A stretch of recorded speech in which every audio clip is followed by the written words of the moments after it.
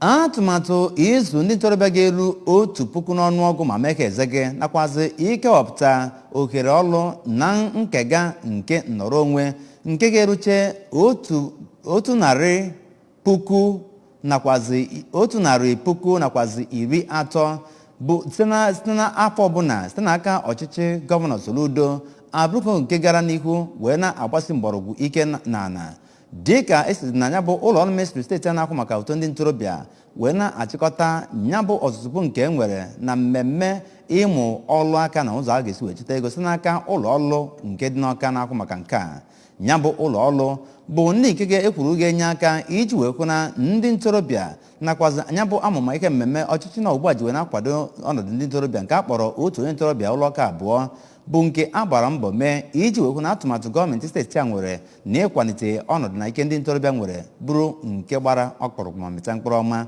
Valentine Mbado ya onye nta akụkọ anyị ga-ewetara gị akụkọ a.